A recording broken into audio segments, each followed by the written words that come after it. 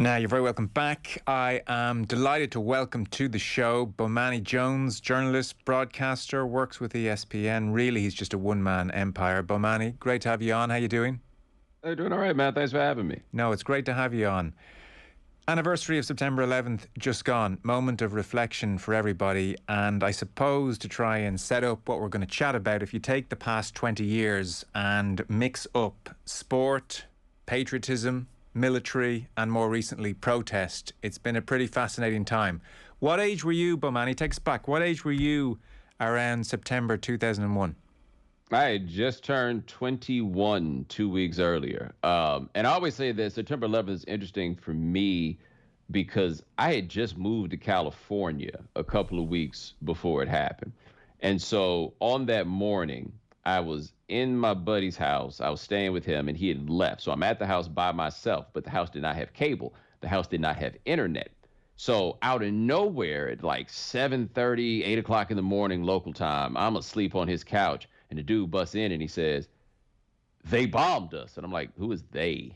Right? Like this sounds like Orson Welles type stuff. Like, who is they? And he's like, they bombed the World Trade Center and the Pentagon, and they tried to get something else, and he's going through this. And it all sounded just like pure fiction to me. I could not understand what he was talking about, and I needed to go find an apartment. So I said, all right, man, I'll talk to you a little bit later. So I got in my rent-a-wreck and started driving around town looking for an apartment, like, oh, this must be a big deal. Nobody seems to be open. But I didn't absorb it like the way that other people did, with the immediacy of like watching on television and seeing all that, seeing everything as it went. And it was like I basically spent like 3 days catching up to the visceral reaction of the rest of the world. So we take sport, and we're going to look at this, I guess, through the prism of sport a little bit. It's the nature of our show primarily. Can you remember, say, the preceding decade in US sports and how to the fore the military was, or flags were? Like, I was just doing a bit of reading. You go back to, for instance, the Vietnam War at Wrigley Field. They would play, patriotic songs as the fans filed out. You go more recently, the Ryder Cup, that very genteel sport. The golfers at 91 Key Island, they wore, the army camouflage. So, I mean, I guess it was there. But by and large, the 1990s, when it came to sport and patriotism and the military, how do you remember that period? Yeah, so, we start early in the 90s with the beginning of the first Gulf War. And I think that, for me, was the first time that the country had been at like for real war while I had been alive and been conscious of the idea, like of how, how these things go and how the presentation of things changes when the country is at war. And the defining thing that I remember is like a display of like sport and patriotism was the Whitney Houston national anthem at the Super Bowl in Tampa in January of 1991, which became a defining version of the national anthem. But the thing was that war ended pretty quickly. And then when the war ended, those sorts of presentations also ended. September 11th became the beginning of a war that went on for 20 years. So it stopped being like, this is what we do during war, as it became, this is just what we do all the time. The immediate aftermath was more just about mourning, I suppose. I mean, there were extraordinary moments. George Bush, I had the memory in my head. I had to go back and check where it was from, but it was from Game 3 of the World Series. He threw the ceremonial pitch. That was on October 30th. I'm sure you remember that, Bush throwing that pitch. That felt like the beginning of we're going to get back to normal and no one's going to stop us, kind of an atmosphere. Yeah, and I think that also was very particular to New York. Like, I live in New York now. I had been to New York like maybe once before then, so I don't really have like a real big thing of like what New York was like pre 9/11, after 9/11. But I know enough now from being here and just understanding just kind of how the city goes, how jarring it must have been. Like, the thing about, if you're living on Manhattan, it doesn't really matter where in Manhattan something happens. That's only like a couple of miles away. Like, everybody is very close. And that was kind of a central node and epicenter of a lot of things, in where that location was. And so that idea of returning to normalcy, like as we live now, is, trying to figure out what normalcy is post-COVID. There was an invincibility that I think that this city felt about itself that was irreparably damaged by what happened then. And then the World Series coming, right? Like, the Yankees ultimately did not win that World Series, but it felt like the natural order of things was coming back. The Yankees were back. They were going to win their fourth straight World Series. Like, it all seemed to come together right then. And there was something about, I think, Bush, regardless of what your political inclinations were at the time. I think you're right that there really was something kind of galvanizing about the idea that all of that, it was happening in the way that it was happening, and that felt like a corner was being turned. And the corner being turned wasn't about something functional really as much as people are feeling better now. There's been some distance, there's been some healing. Yes, it was natural. There was an authenticity to that aspect of sport and post September 11th. You know, something communal and people coming together and grieving. Like there was a kind of a beauty to that.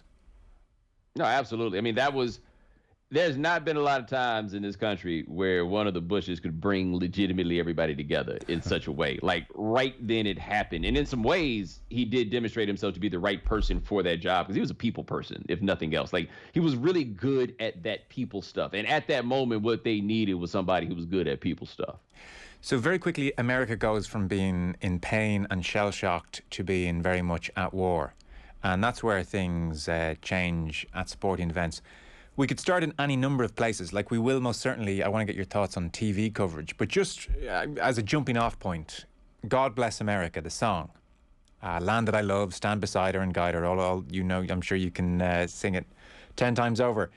This becomes ubiquitous in certain quarters. So baseball, for instance, since September 11th, I was reading, it's been played at the 7th inning stretch on special days across the league. Sundays, Memorial Day, Independence Day, all postseason MLB games. And then the Yankees still, every game I was reading, I hadn't realised this, every game, the 7th inning stretch, it's played. I saw Bob Costas of NBC for many a decade saying, he does not think the Yankees will ever be able to get away from playing God Bless America in the 7th inning stretch. So that became, for one, this ubiquitous thing around America. Talk to us a bit about that, Bomani. Yeah, no, the putting God Bless America into the 7th inning stretch in a lot of places, when you think about it, like that used to be Take Me Out to the Ball Game, right? Like it wasn't a serious thing. Like the idea of the 7th inning stretch and everything else is just kind of like it's a fun thing to do when you were at a baseball game. And the 7th inning stopped being about a fun thing after 9/11 because that was like the logical place. If you were going to do God Bless America, you put it in there. And it certainly makes things a lot more serious. Now, the question that I think becomes interesting about it is whether there's an actual utility to it or if it's really, is it making people feel more patriotic? Is it really reinforcing that? Because now it's just kind of become this thing that is done. And we've done it now for so long that in some places it's just going to be the thing that they do forever. But I have always wondered is if that song in that time, especially now that we have the distance from 9/11, does it really swell up people's chests when they hear that one? Or is this now simply become habit? But for a lot of people in a lot of places, it has absolutely become habit. Like this has become part of the core of baseball. Yeah. And I suppose, to be fair, there's nothing wrong with well-intentioned patriotism either. No, I think that, yeah, a belief in the goodness of nation and a pride in nation. No, not necessarily, but there's so many commercial offshoots to all this stuff at this point. Like to me, for example, the idea that you express your patriotism via camouflage is a little bit off because it implies basically that the way that you show your love your country is at war, which I don't believe is an absolutism that we want to carry over necessarily. So the expression of patriotism, I don't think is anything that people have questions about as much as how much is that expression of patriotism from genuine emotion and how much of that is to kind of support an industry of war, I think is where people start wondering what exactly we're doing. So you must remember this period as well when the enormous flags start coming out, when the military flyovers start, where army personnel are sworn in or they receive awards, in stadiums. Is this an NFL thing in particular, or was this kind of stuff happening across the board? It's largely NFL because the nature of an NFL game and the fact that you only do them once a week and everything else allows for more of this pageantry beforehand. And importantly, they play a lot of games outside. Like you can't really do a flyover a basketball arena. It just doesn't go over in the same way. But no, we started seeing a lot more of those things. But a lot of those things proved to be really promotion for the armed services. Because one thing the armed services believes is that the next great warrior that you're going to find to like work in their operation, they're going to find that person at a football game. Like that's where they believe they reach the next generation of soldier.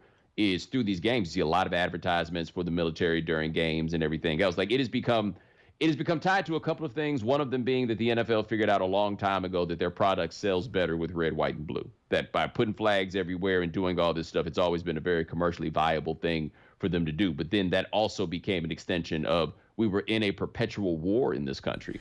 And I think sports was used to keep not just people's spirits up about the fact, but almost in some ways to remind them that this was going on, because it had been going on for so long that it could be easy to forget that we were doing it. Yeah.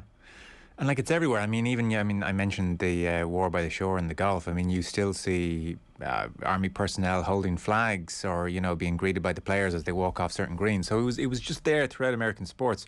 I suppose what made it interesting, like I was going to ask you, were people raising more than eyebrows about this, maybe as the decade after 9/11 progressed, were people writing columns saying, well, how appropriate is this?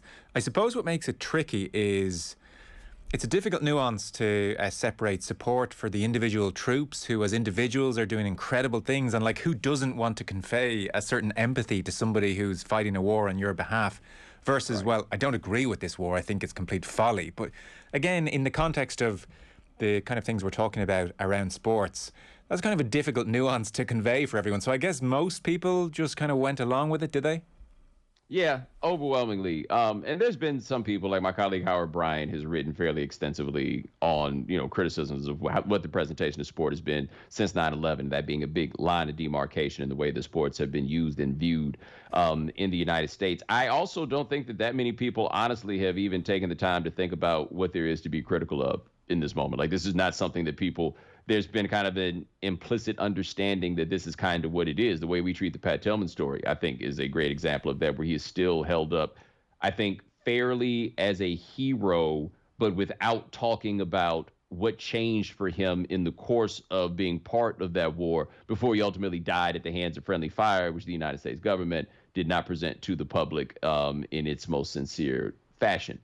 And so that man, who is believed to be a hero, we still don't even ask questions, even though not even ask questions because we know the answers, but we don't even necessarily talk about what happened to that hero and why it happened. And his family has screamed at the top of their lungs to get people to listen. And there have been big features that have been done about it. And people, every year when Pat Tillman's birthday comes around, they act like none of that stuff happened. Because I know in 2009, so Pat Tillman, for anyone who doesn't know, NFL player who enlisted, and you can imagine, I mean, what a hero at the time, and passed away subsequently. But I know in 2009, Fox did NFL Sunday from a listed airbase in Afghanistan, and they did a big feature on Pat Tillman, but said next to nothing of his death or the circumstances. I don't even think they referenced it, really. Yeah, no, it's an interesting thing, because, like, that's a troop to be supported. Like, that's the guy there, and that many would think would be something that would offend people, that it had gone this way. And I think if it had happened 30, 40 years ago, I think it would have been treated as something that was greatly offensive. Mm-hmm. But I don't know if that's in the fabric of America now to oppose or speak back about something like that. We talked about maybe a certain authenticity about the immediate aftermath, the mourning and the coming together. So there was nothing organic about what was going on with the NFL and the military, as was, laid out bare in 2015, the report from Senator John McCain and Jeff Flake, where they talked about patriotism. And to quote from the report, unsuspecting audience members became the subjects of paid marketing campaigns rather than simply bearing witness to teams' authentic, voluntary shows of support for the brave men and women who wear our nation's uniform. I think to the tune of $7 million was handed over from Pentagon of public money to the NFL for, in effect, recruitment drive, marketing. Yeah, and what again becomes interesting as we talk about, people who are perceived as American heroes. John McCain is a real live war hero, a real live American hero who has a interesting level of respect across the aisle politically here. And that's him standing on the table saying, this is wrong. And within the sports industry and the way it was covered, we didn't do it so much. So, like, even with John McCain being the person to say these things, we've just kind of gone along with it. It's kind of an implicit understanding that this is just who we are and what we do now. Well, it's interesting on that point, and the lack of questioning, say, if we bring in the TV coverage, because just by extension of covering the events, these TV networks were bringing this to an enormous audience. And there's a quote from Bob Lay, who was at ESPN from, I think, 1979 to 2019. That's a hell of a career, Bob Lay. And he was even on air the night of September 11th, interestingly. But he was saying of the following years and the marketing and the recruitment that was going on at sporting events of media people. He said, if someone was expecting a thoughtful sports media person in the middle of all this coverage and tribute to suddenly say, yeah, but this war that we've embarked on is a folly, I think that's an unrealistic expectation and it's career suicide.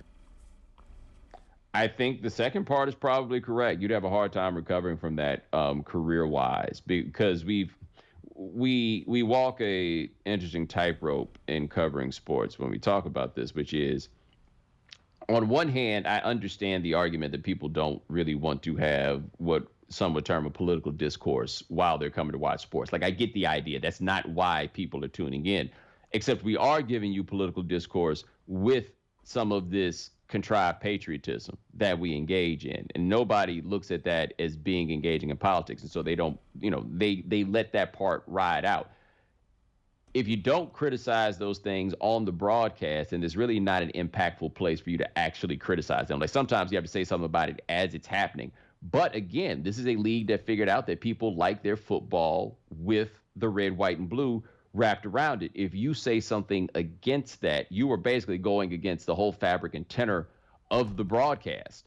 And I think that Bob is right. If you decided that that was the time to do that, you may become famous for it, but you will not necessarily stay employed, even if you didn't necessarily do anything wrong. It's why it's so effective. Like, you can't, in the middle of a broadcast where ultimately a game's about to start, in the space of, what TV is like in commercials, you might have 30, 40, 50 seconds to make what is a very complicated, nuanced point. You can't do that in an effective way and then segue back out of it to talk about this game. It's just not possible. It's why it was, just the perfect arena for marketing of this kind. Yeah, and it worked. And it's basically, there aren't many other places that you can get a captive audience with the American public at this point, other than a sporting event. And they've got it right there. Yeah. I guess, Bomani, it's hard to know why anybody enlists ultimately, but is it regarded as having been a great success from the Army's point of view when it came to recruitment? It's interesting because I've never seen any evidence that it's worked out in that way.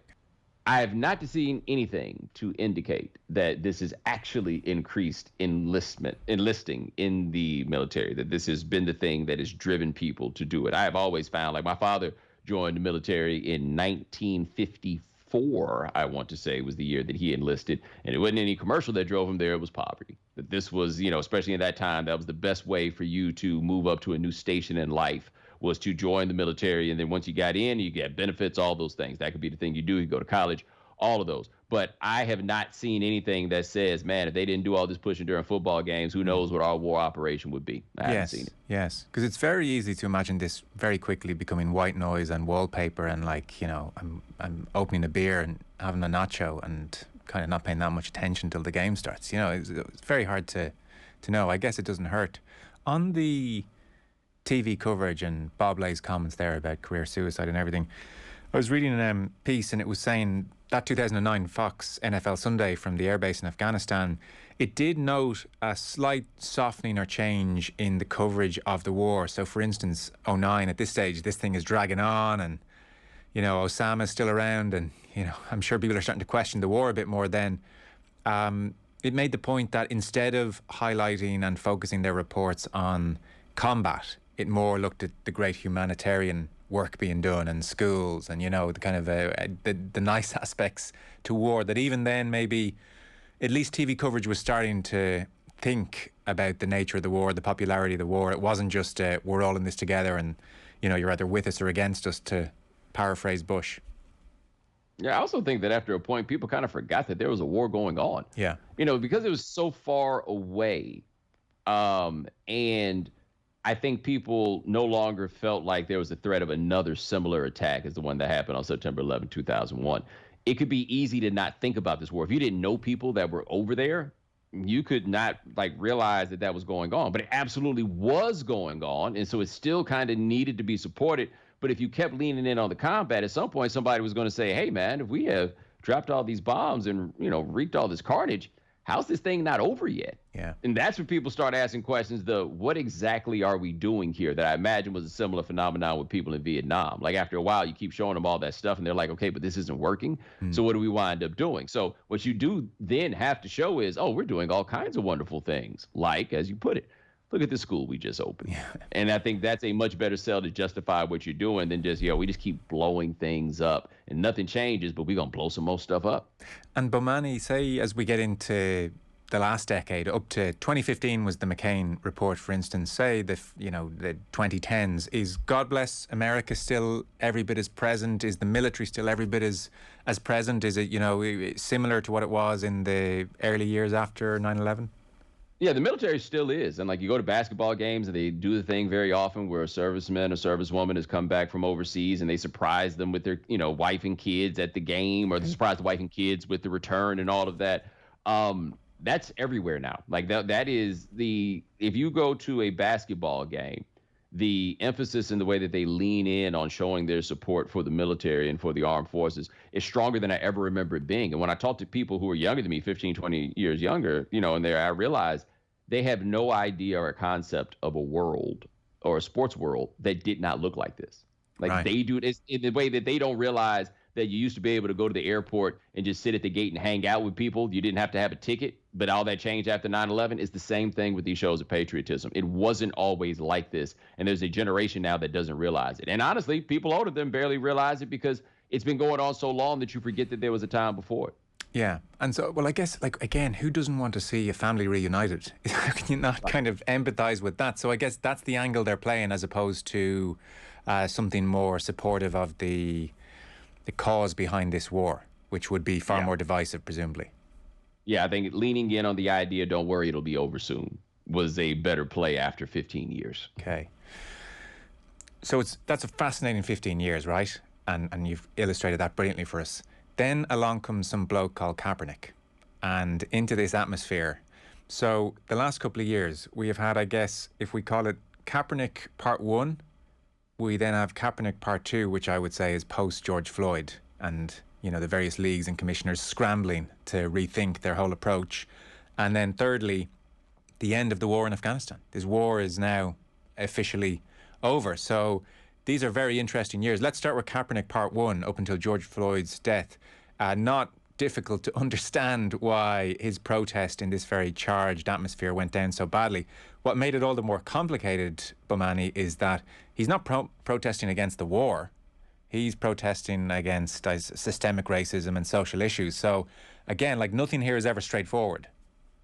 Yeah, the Kaepernick thing, what became interesting to me, at least long-term on with Kaepernick, because never forget, he did it once in that preseason and nobody noticed. And then he did it a second time and people were like, well, let's just hear what he has to say.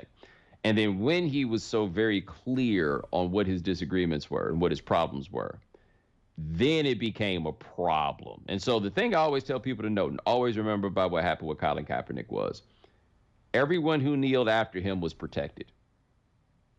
The league ultimately, after the guys who kneeled after him, it was like, oh, we have no problem with you kneeling. You can go ahead and do that, or whatever how they decided they wanted to protest during the national anthem. The league ultimately decided, some teams kind of pushed back, but in the end, they're like, hey, if that's what you guys want to do, you go ahead and do that.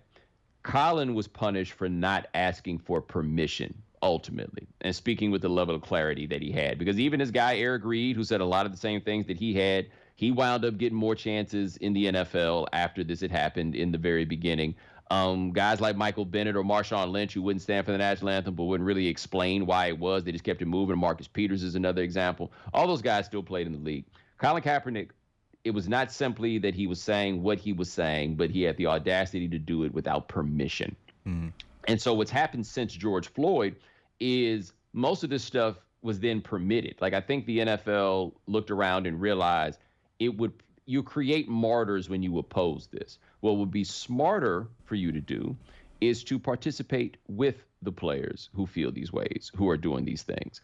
And so you wind up with things like the Players Coalition, which actually has done a lot of good work in trying to make some improvements in this country. But the NFL has the voting majority on the board for the Players Coalition. And so that controls what exactly they wind up doing. The imagery post George Floyd, the It Takes All of Us campaign and the Stop Racism and all of those things, they're still on the field in 2021 after 2020. The NBA had to wipe all that stuff off. The NFL is still doing all those things, but quietly. They figured out how to kind of support the players in what they're doing, but without it being in everybody's faces in those ways. And I think that that is the post-George Floyd lesson, is that the ruling class of the country learned that if they participate with it just a little bit, they can quiet down a lot of the larger protests that raises more striking and pointed questions. Mm. So do you see that as cynical or more well-meaning? Oh, I see it definitely as cynical. I think that the political behaviors of NFL owners does not line up with stopping racism and all of these other things. Like, you look at who they give their money to and whether they support the kinds of things that the players want to do. You're probably going to find in most cases that that is not it. But I also think that even if they are approaching it cynically, and even if there's not anything revolutionary that's going on with what they're doing, I still think that there's been room, and we've seen good things that come as a result. So DeAndre Hopkins, receiver for the Arizona Cardinals, they were allowing players to put the name of someone who they termed the victim of institutional racism. They were really just trying to say somebody who got shot by the cops, but that's a broad definition of the victim of institutional racism. And so there was a revolution in South Carolina, where DeAndre Hopkins is from, in the 1800s. A gentleman named Denmark Vesey led a slave revolution that ultimately was not successful, but he was the leader of it, and he was executed. DeAndre Hopkins puts that name on his helmet, and then during Monday Night Football, the sideline reporter tells the story of Denmark Vesey, which is one that should be taught in American history courses, but it's not, and now is being beamed out to tens of millions of people on Monday Night Football because DeAndre Hopkins put this on his helmet. That's not changing the world, but that's doing something that wouldn't have been done otherwise, and doing it with the platform that is offered by the NFL. So I do think that they've made some measure of compromise in allowing some of these things to happen. If you don't expect that much from them, you don't find yourself disappointed by it. So if you go into it saying, yeah, this is pretty cynical, but here are some of the things that have resulted positive from the cynicism, then you have that. Bomani, there was another story I wanted to ask you about, the Anthem and the NBA of late. So the Anthem, obviously distinct from God Bless America.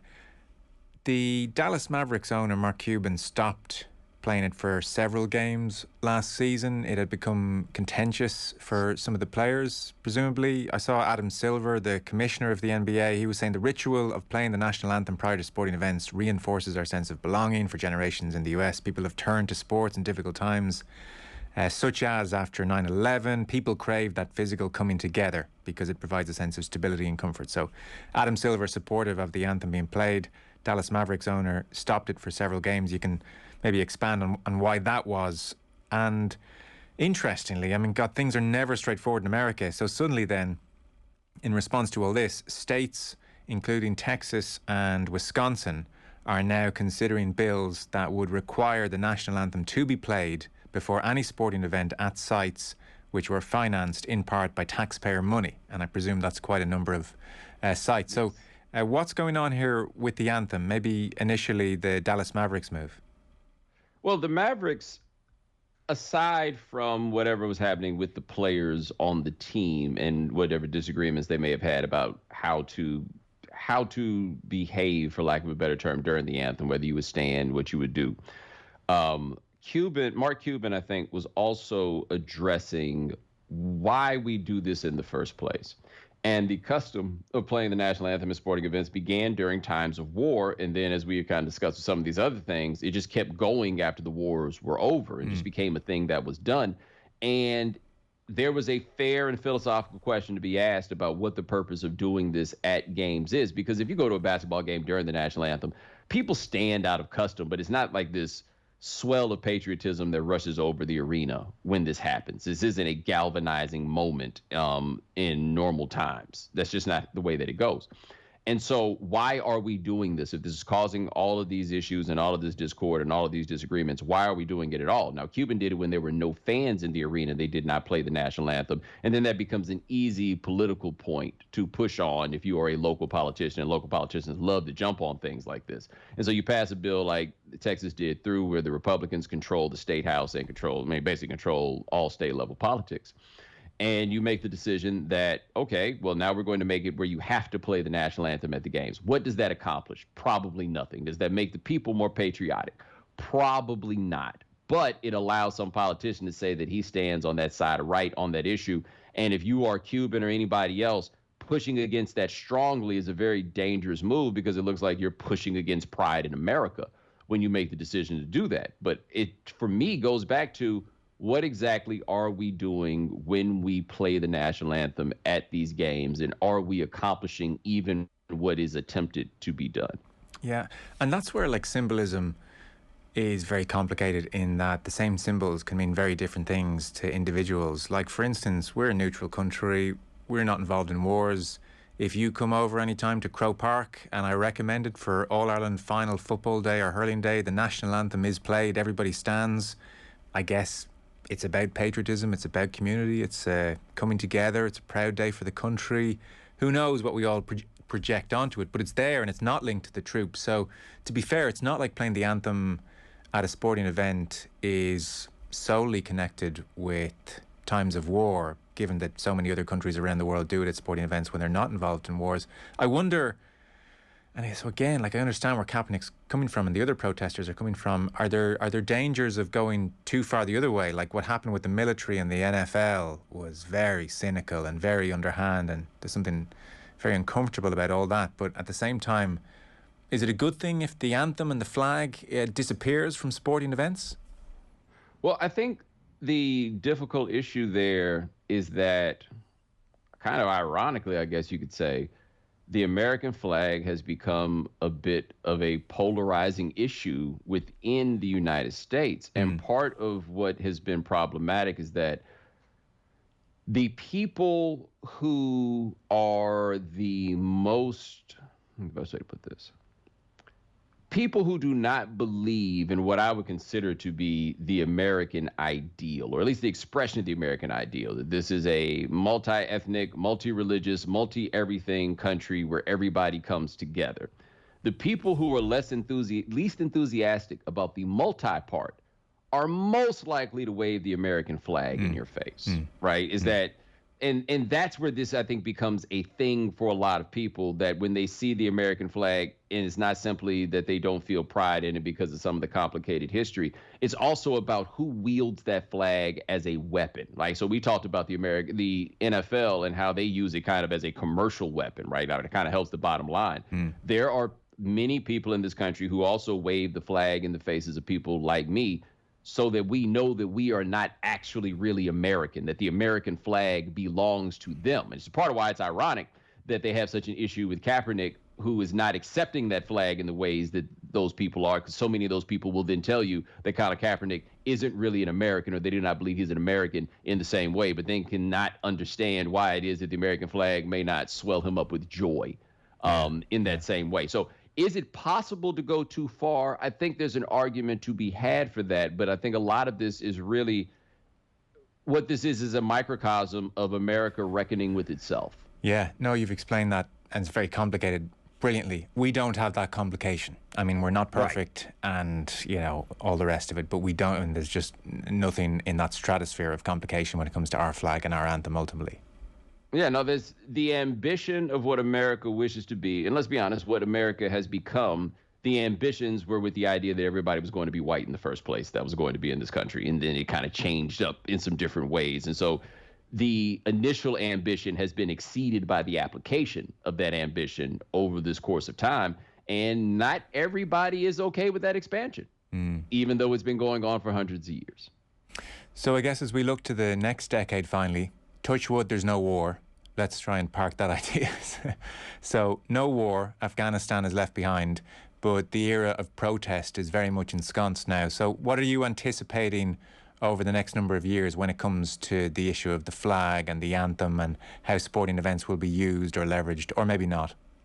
I think that will be a largely negotiated issue between players and owners, and that the owners will do whatever they believe is necessary to keep peace.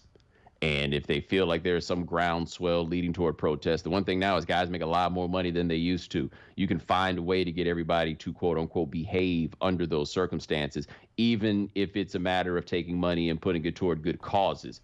I think that what you're going to see, unless there is some major flashpoint, which I guess is entirely possible, but I would think that the leagues are better prepared to get out in front of it than they were with Kaepernick, where they were honestly just behind one man, but they did not realize that what the impact of that one man would be. Yeah.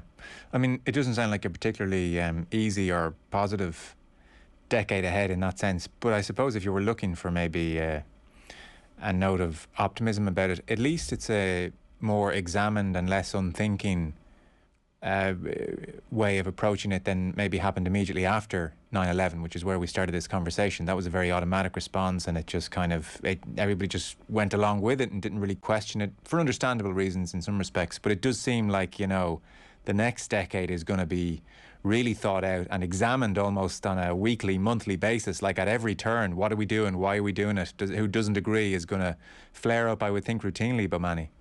Yeah, the question to be asked about this time period is whether there will be some, like the discussions that people have about this, whether they will be interactive between people of differing views, because that is the most important part. Is I think that the current climate encourages preaching to the choir in a way that is not necessarily productive. And so if these things come around again, whether people like it or not, they're going to have to figure out how to talk it out with people who don't agree with them already. And that's people on both sides, because otherwise everything is just going to stay entrenched in the way that it is. Yeah.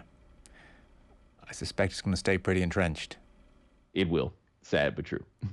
Bomani Jones, absolutely fascinating to chart the last 20 years with you. Thanks so much for coming on. We appreciate your time. Bomani Jones, thank you. Thank you.